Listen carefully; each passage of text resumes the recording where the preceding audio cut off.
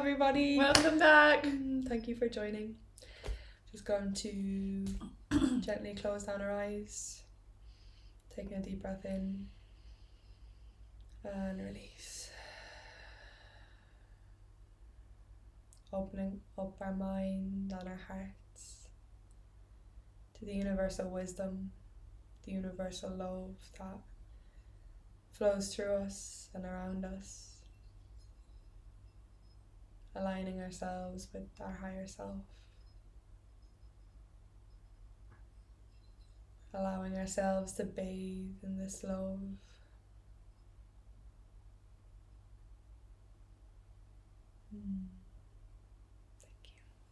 Thank you. Lifting that energy up.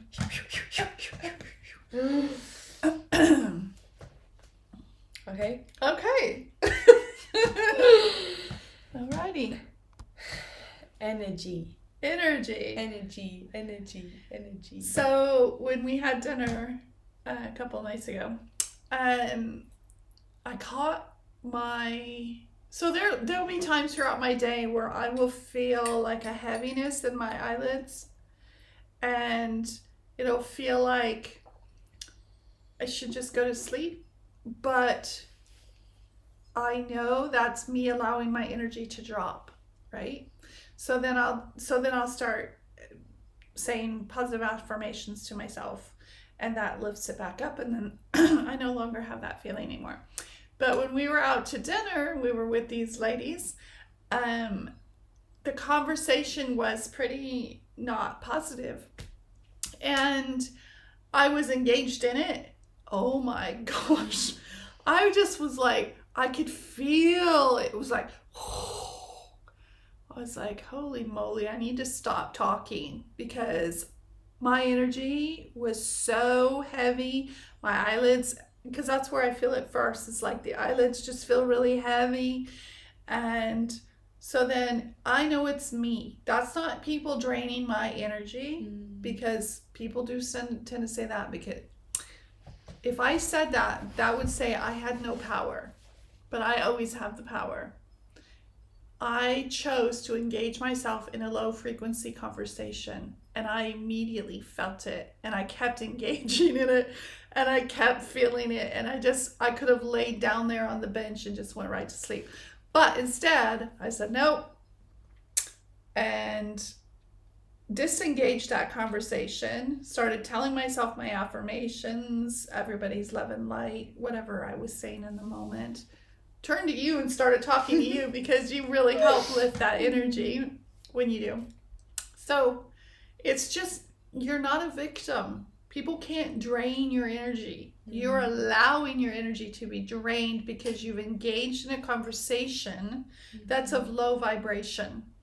Learn how that feels in your body, and then consciously choose to engage it or not. It's that simple. Yeah, and it's like that, learning what deserves your energy and what doesn't. Yeah. It's the simple things of, like, for example, there was something really bothering me yesterday, but I didn't want to bring it up because I knew the other person was going to get hurt. And sometimes you don't need to, because it's you. Yeah. And I needed to bring it up. I wanted to bring it up. And I was expecting a confrontation instead of communication. And then I said, I actually get to decide how it's going to unravel. And by both of us coming together from a place of love, it got cleared. We felt lighter afterwards, and it was just like, so it's learning what needs energy and what doesn't. Like, I knew I needed to have that conversation because I wanted to, and because what was holding me back was a judgment from somebody else. And that's not right. That didn't feel right for me. So I had to have that conversation. Even though it was going to be uncomfortable, I still had to sit in the uncomfortable and allow it then to become comfort. But you could set it up by seeing how it's going to end, seeing how it's going to unfold. Because I used to set up conversations in the negative way. I used to set up my conversations as this is going to be a shit, like you said. It can be confrontational. Yeah. I used to set my conversations up like that. I think it's because we're basing it all prejudging from our past. Yeah. So we're expecting it to unravel. All you're doing is you're taking your past and you're putting it in your future. Of this is how it's going to work. Neither of them have happened. Yeah, exactly. This is how it's going to work because that's how it's always worked. But it doesn't have to. You're the one in control of this. Literally. And there's this, Mel Robbins has this beautiful theory, let them. And it's just perfect. Like, it actually is perfect. Like, you can choose to see them as them intentionally hurting them, hurting you if that's how you feel. Let them. You know, like, you know who you are, if you know who you are. I mean, but let them. Like, let them. Yeah. And that was a powerhouse. It's simple, 2 words. Yeah. Also powerful. Also, I think a powerful 2 words that helped me a lot was so what. So what? So what? Fuck it in the fucking bucket. That's way too many words for me. Same concept, yes. Yeah. It's so funny. Like, I text my dad more. It wasn't just, yes, I'm going to actually say the whole thing. So I text my dad this morning because I felt the need to text him. And he just texted me saying, so actually, let me just erase that and start from start. So last week an experience happened and something didn't feel right for me to do something. And I was trying to explain this, but he was like, oh, you're a deep thinker, you're thinking too much. You always do this, blah, blah, blah. But I felt disgusting. I actually felt disgusting. I mean, he couldn't understand that, but straight away he's like, you're overthinking, stop, blah, blah, blah. So then it unravelled that my feeling was right, and I was like, see, Dad, you're telling me to numb this, but it was actually something that I needed to listen to. So fast forward a few days then, or this morning, and he said, I texted him saying, hey, how are you? And then he goes, I was just thinking about you. I love how in line you are with the universe. And I just goes, yeah, it fucking feels amazing. Like, it fucking feels amazing. And in my head, I felt the need to apologise for cursing, right? And then I was like, I actually had the message typed out and I said, oh, hold on, deleted the message. And then I was like, it's actually crazy because in my head I have a belief system that you shouldn't curse in front of your parents. But it wasn't an ill intention by me saying the word fucking. It was just like, that was how I was expressing myself. But it was crazy that I still held on to that whole apologise to your father. So yeah, it was just, it was You'll crazy. get over that. Yeah. No, I didn't even send a message. But, and then I was thinking, but Amy, you probably always curse in front of them. Yeah, you probably do. So yeah.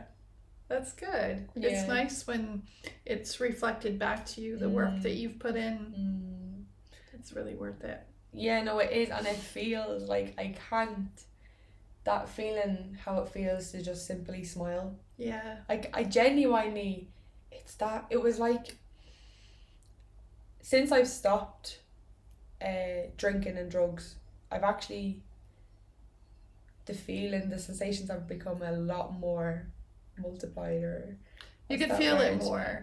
Absolutely feel it more. Yeah. And it's beautiful, and I'm so grateful that I'm allowing myself as well to feel that, even the outburst of anger I had yesterday. Now, I used to punch walls when I was younger because frustration, and that's how I controlled it. Yeah. And yesterday I actually done it because something wasn't going my way. Oh my days. I was actually, but that whole, like, I can't describe the feeling, you know, just bloody frustrating, and it all went once I hit the wall, like, do you know what I mean? But then it was more like, you're a fucking idiot, do you know what I mean? And but you're not. Yeah, no, I know I'm not. Yeah, like, I'm yeah, absolutely not, but for that split second, I was going to start judging myself, and I was going to be like, oh, you actually haven't healed or you haven't, you're still who you used to be. Bollocks. Yeah. You know what I mean? And it's choosing how I see it again. So. Yes. So you got an opportunity. Mm-hmm. And you keep doing that. We keep doing that for ourselves to see how much we have grown, to how much we have changed. Yeah. It's beautiful that we do that for ourselves. No, it absolutely is. And it's just so important though, compassion. Compassion. Non-judgment. So what you've done it. It's absolutely okay. Let it go. It's done now. And it just got you to see, okay, that's still there a little bit. I don't have to engage in it anymore. No, I just couldn't. Like, I was like, oh my God. But yeah. So. Laughter is nice. It lets things just makes it not important or serious, you know. Yeah. And your use of language as well, like it's language is so important. I'm currently feeding myself a book about language and how powerful our words are. We created language. Humans created the language. And we use it haphazardly. Yeah, we do. Not intentionally. And we're just leaving and spewing our shit everywhere with our language and creating the spells that come back to us. Language is so important. And I'm married to somebody who doesn't think, who like language to him is like not important. And it is so important. I think though it's your energy behind your language. That's what it is, 100%. Yeah. That's why we're using language that has no meaning behind it. And so people are just used to spewing meaningless. But there's meaning there. There's actual, it's hailing right now. Oh, that's fun. Anyway, the power is in words. There's so much power in words. I love the sound of hail, I'm sorry. Yeah, that's good. I saw a video a couple days ago with the Texas size hailstones. They were like this, like breaking window size of hails. Yeah. Wow. That'd be a nightmare to live in, I think. Yeah. No, I'd be sore. Yeah. You don't want to go outside. You have to hide your car. Not fun. Yeah. But weather. But it's beautiful. Like you offered me to see it in a way of like the climate change. I love the weather. Yeah, absolutely. But like I think we may have said before, it's a reflection of actually how. Because I just I was literally thinking in my head there. I was literally like, I'm so tired all of a sudden. Hailstones. Woke you up. Sun was shining about 2 minutes ago. I know. So thanks for listening. It jolted you to see it. Yeah. We're reflections of this. This is a mirror. So yes, you have control over the weather. Yeah. Life is so beautiful. Like yesterday I went up into the forest because I really just felt like I needed to spend time with the trees. Oh God, there's so much. I just felt so blessed with the places I found. Like I just went exploring along this river and just magical. Ireland is so magical. I'm sure everywhere is magical. But I just felt so blessed yesterday to have come across the beautiful places that I did and got to see the wildlife that I did. And I'm just in love with this creation and understanding it. I'm in love with this process. I'm loving the process of understanding it all. It's so beautiful. Unless I'm not. Like, I will have my hard times. So. No, absolutely. Like, and last week was a week of not hardship. No, it was fucking hard actually. But with all the solar flares coming at us, I think that's what we're feeling. Yeah, it was. I hate saying hard because it's like, it's impossible, but we fucking got through it. Yeah. But And you always will. Yeah. But it was challenging. The energy was challenging. It was allowing us to look at some of our deeper shit that's not maybe up at the surface, and transcending it, owning it, loving it if we choose to, or reacting to it and hating it and life sucks. Yeah, reacting to it. Reacting to it. Punching walls the whole lot. Old patterns. Yeah. That's what I find the mushrooms are good for, though. I heard a lady who I saw one of her videos where she was previously an alcoholic, and she used microdosing mushrooms to stop the alcohol. And she explained it in a way which I'd never have heard it explained before, about how the mushrooms trigger a certain receptor in our brains and work with our habits. It helps us break habits, this receptor. I can't remember all the technology or the technical terms, but she said it worked with our frontal cortex, which is where our habits are formed and the way we respond to things.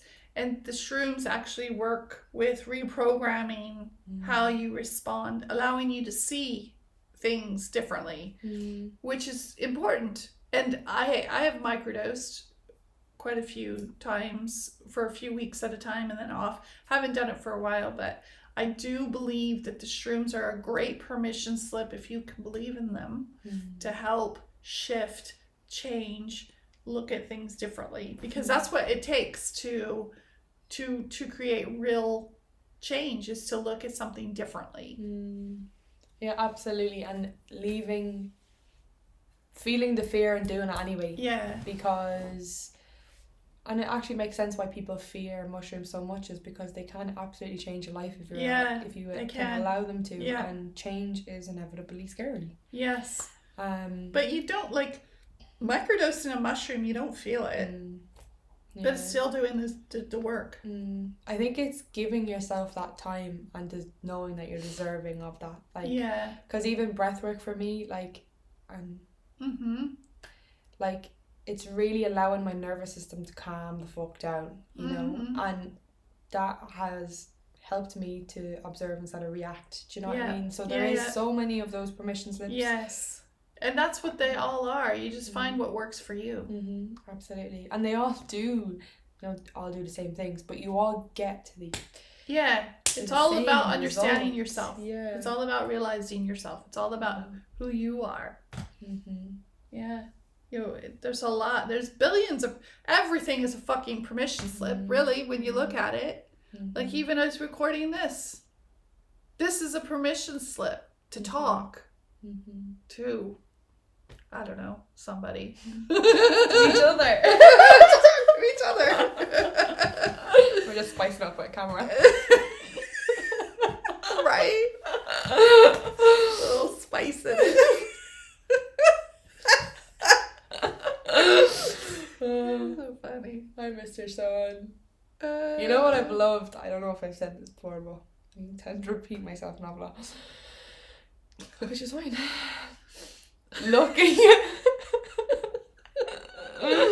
Looking at one part in the sky, or wherever you see fit, and saying, I know how great life can be, but I want you to show me how great it can get. But don't. Yeah. Does it work? Because sometimes I feel like if your joy is depending on that changing, it won't. No, well, it's not like you're claiming that your life is fucking great. Yeah. You know what I mean? And you know that you're deserving of seeing it great. Yes. You know? Yeah. So it is about the wording. Yeah. So, but show me how great you can get. I absolutely dare you to show me how great you can get. It's great. There's the sun. Yeah. See? Great! I love the sun. I love seeing the sun. I love being in the sun. But I also love the rain, and I love the moisture of the rain, and I love, You were good. I love taking pictures of the rain. Like I didn't even I took a picture of a mushroom yesterday and it had little drops because it was raining yesterday. The picture was more beautiful than I had thought it saw when I was there because of the little drops of rain that were on the plant. It's just beautiful. Life is so beautiful. Absolutely magical. If you choose to see it that way. Yeah. Time is an illusion anyway. I was watching a podcast this morning on your man. I'm going to say Ed. I apologise if that's wrong. Because Eddie isn't probably going to watch this anyway, is he? I'm sorry you said that. Stop blaming ourselves. No, Ed. Your man said anyway that he has more than 24 hours in a day. So like he sections his day, his weeks are fucking lifelong because he's choosing to, he does so much work in the morning that he goes 12 o'clock and he says, right, how have I just done a full day's work that I'd usually get done in a week per se. You know what I mean? Yeah. So like, because he's choosing to get done. And he was saying that if we wanted to get in communication with somebody years and years and years ago, it was like a fax machine or all of this. It was a letter that took a few days to get, it took a few days for a write, and took a few days to send back. So we're still living in a time frame from back then. You can communicate in 2 seconds with somebody. Yes. And we're still living in that old paradigm time frame. Like it's actually when he pulled it out, I was like, yeah, because time is the illusion. But I saw this differently. So you know when a car drives by, say you're watching a car on the screen and it goes by, and say they sped up that car, the faster it goes, you don't see it after a point because it's gone so fast. So this reality we live in is a time-space reality, so we can see and be in the process of, because in the spirit realm, everything is now, everything is done, everything that's ever created has been created, is done, and it's all in now. The only way to feel it, to experience it, is in a time-space reality, to slow it all down, to see it. I thought that was like, we have to live in this time, space reality in order to experience. You don't have experience in spirit. Well, suppose you probably do have experience, but it'd be different because it's all now. It's a knowing as well. Yeah. So there's just an all-encompassing knowing in spirit. Like I'm doing this to your human mind, so clearly bear with me. Exactly. Clearly I'm not going to get this 100%. But in my human mind, I'm perceiving that in spirit, it's all now and it's all knowing.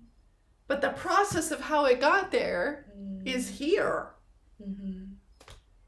The process of how it got there is through all of us in our experiences in this time-space reality. And not just us, but all the other planets and all the other beings and every time-space reality that exists, which is billions and billions and infinity. That's how all that is knows all that is. But it only knows all that is in spirit. You have to be in one of these time-space realities to actually understand the process. Like, because you will never, for spirit, for example, if you call upon spirit, they can be with you, but can be also with somebody else. Yeah. You know, like, they're never defined to one time or one space, you know, so. It's all everywhere. It's like when I call in my son Connor, he can be with me and with his dad and with Amy and, you know, because he's no longer in a human form. He's everywhere. He's in the wind.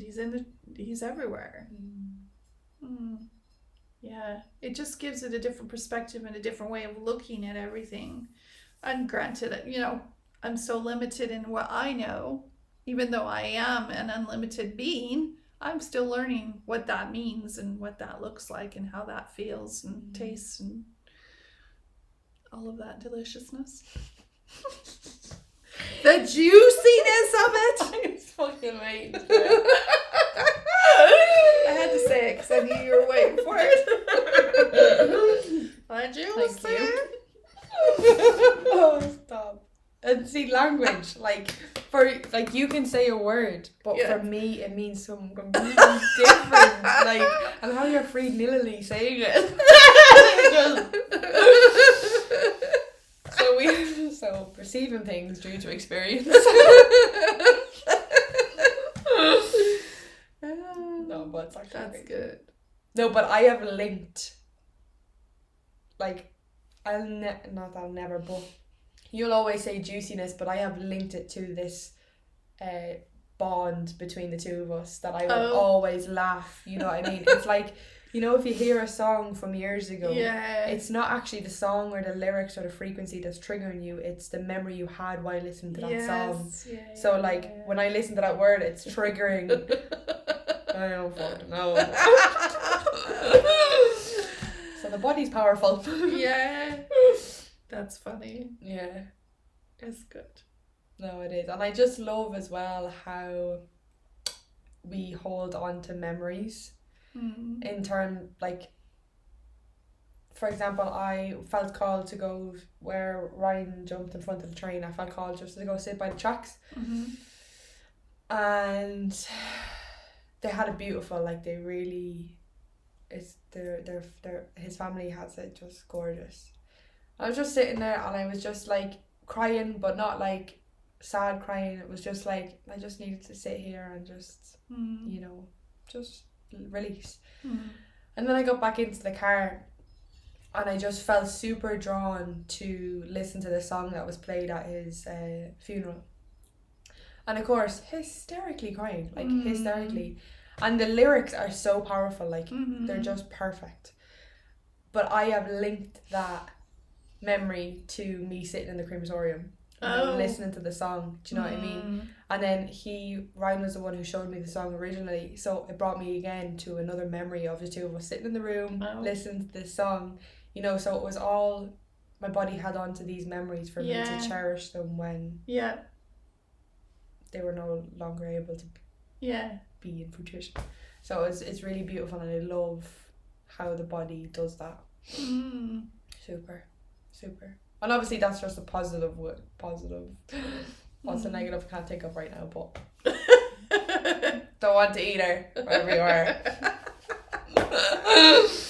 Alright, I think that's it. We can wrap this episode up. Thank you, Amy. Thank you, Edie. Thank you, listener. Thank you. We love you guys. Love you. Bye.